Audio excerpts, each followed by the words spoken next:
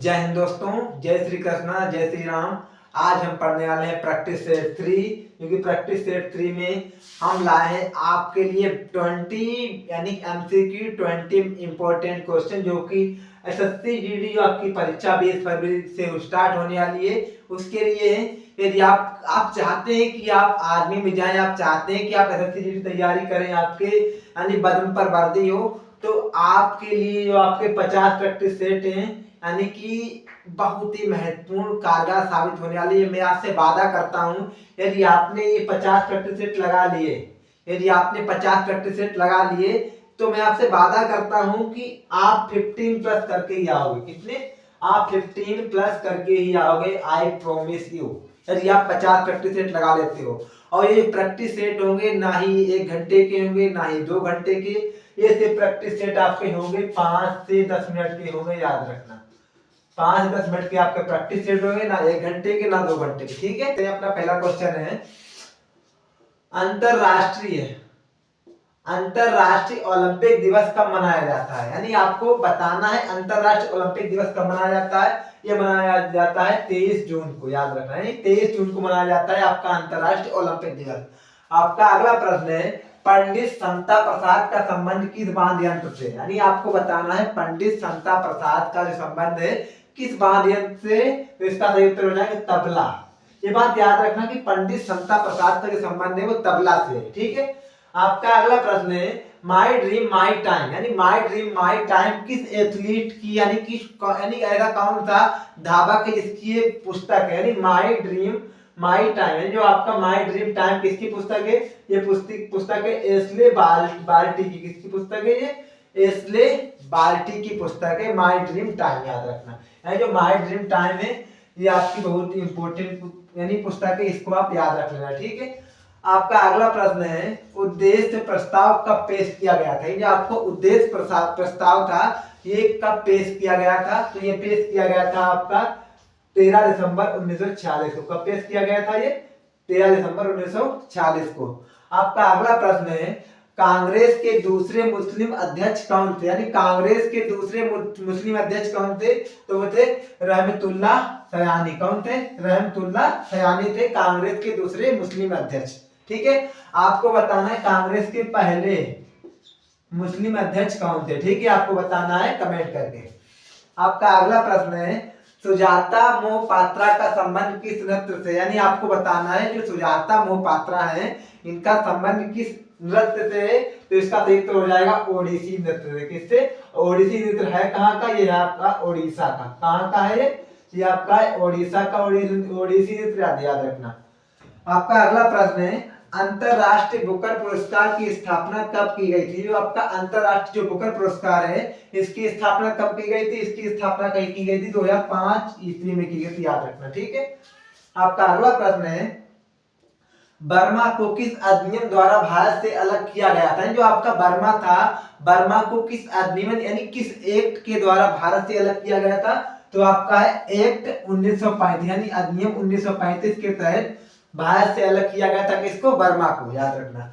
आपका अगला प्रश्न है, भारत के राष्ट्र ध्वज का डिजाइन किसने तैयार किया था। जो आपका भारत का राष्ट्र ध्वज था इसका डिजाइन किसने तैयार किया था, तो इसका डिजाइन तैयार किया था आपके पिंगली वेंकैया ने तैयार किया था डिजाइन। याद रखना, ये बहुत ही एग्जाम के पॉइंट ऑफ व्यू से बहुत ही महत्वपूर्ण इंपॉर्टेंट है। याद रखना। ठीक है, आपका अगला प्रश्न है, विश्व का विख्यात तेल शोधक कारखाना कहाँ है। जो विश्व का सबसे बड़ा यानी विख्यात तेल शोधक कारखाना कहाँ है, ये है आपका ईरान में। कहाँ है? ईरान में। आपका अगला प्रश्न है, हमारे संविधान में न्यायिक समीक्षा की अवधारणा किस देश के संविधान से ली गई। जो हमारे संविधान में न्यायिक समीक्षा की जो अवधारणा है वो किस देश से ली गई है, तो इसका सही उत्तर हो जाएगा अमेरिका। कहाँ से ली गई है?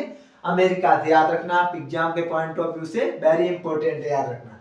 आपका अगला प्रश्न है, भारत का संविधान किस तिथि को स्वीकार किया गया था। जो भारत का संविधान था किस तिथि को स्वीकार किया गया था, तो स्वीकार किया गया था ये 26 नवंबर 1949 ईस्वी को स्वीकार किया गया था।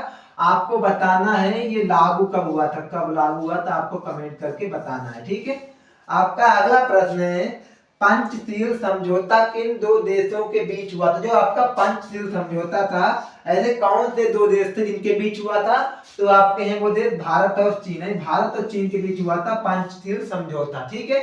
आपका अगला प्रश्न है, भारत में पहली पंचवर्षीय योजना का आधार था, यानी भारत में जो पहली पंचवर्षीय योजना थी उसका क्या आधार था? उसका आधार था हेराडोमर मॉडल। क्या था? हेराडोमर मॉडल था इसका आधार। अगला प्रश्न है आपका, दिल्ली का कौन सा सुल्तान अशोक स्तंभ को कौशाम्बी और टोपरा से दिल्ली तक, यानी कि दिल्ली का कौन सा सुल्तान था जो अशोक स्तंभ को कौशाम्बी और टोपरा से दिल्ली तक यानी हस्तांतरित किया? यानी ऐसा कौन सा सुल्तान था जिसने कि अशोक स्तंभ को कौशाम्बी और टोपरा से दिल्ली तक हस्तांतरित किया था? तो वो आपका था फिरोज शाह तुगलक। कौन था? फिरोज शाह तुगलक। इसने अपने भाभी के साथ शादी की थी, याद रखना। आपका अगला प्रश्न है, टीपू सुल्तान किस राज्य का शासक था? जो आपका टीपू सुल्तान था ये किस राज्य का शासक था? तो याद रखना ये मैसूर का शासक था। कहाँ का शासक था? ये मैसूर का शासक था, याद रखना। आपका अगला प्रश्न है, संस्कृत रचना जो है पंच, यानी जो आपकी पंचतंत्र जो रचना है वो संस्कृत में लिखी गई है, तो इसके लेखक कौन है? आपको इसके लेखक पता है। इसके लेखक है विष्णु शर्मा। कौन है इसके लेखक? विष्णु शर्मा इसके लेखक है पंचतंत्र के, याद रखना। आपका अगला प्रश्न है, किस भारतीय नेता को पंजाब केसरी के नाम से जाना जाता है? ऐसा कौन सा नेता है कि उसको हम पंजाब केसरी के नाम से जानते हैं? भारतीय नेता कौन सा है?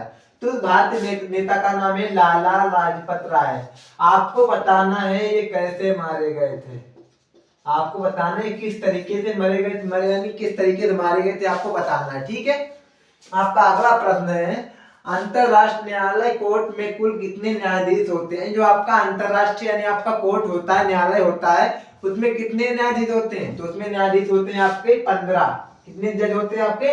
15। अब आपको एक प्रश्न बताना है कि इनका कार्यकाल कितना होता है। इनका कार्यकाल कितना होता है आपको कमेंट करके बताना है। ठीक, जरूर बताना है आपको, ये इंपॉर्टेंट क्वेश्चन है आपका।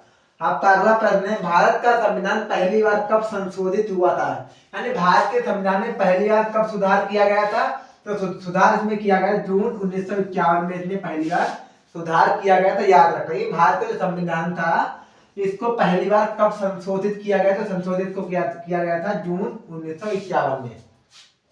और आपका आज का प्रश्न है, यानी आज का आपको इसको कमेंट करके बताना है, नालंदा विश्वविद्यालय का विध्वंस किसने किया था? आपको बताना है कमेंट करके, जो नालंदा विश्वविद्यालय था इसका विध्वंस किसने किया था।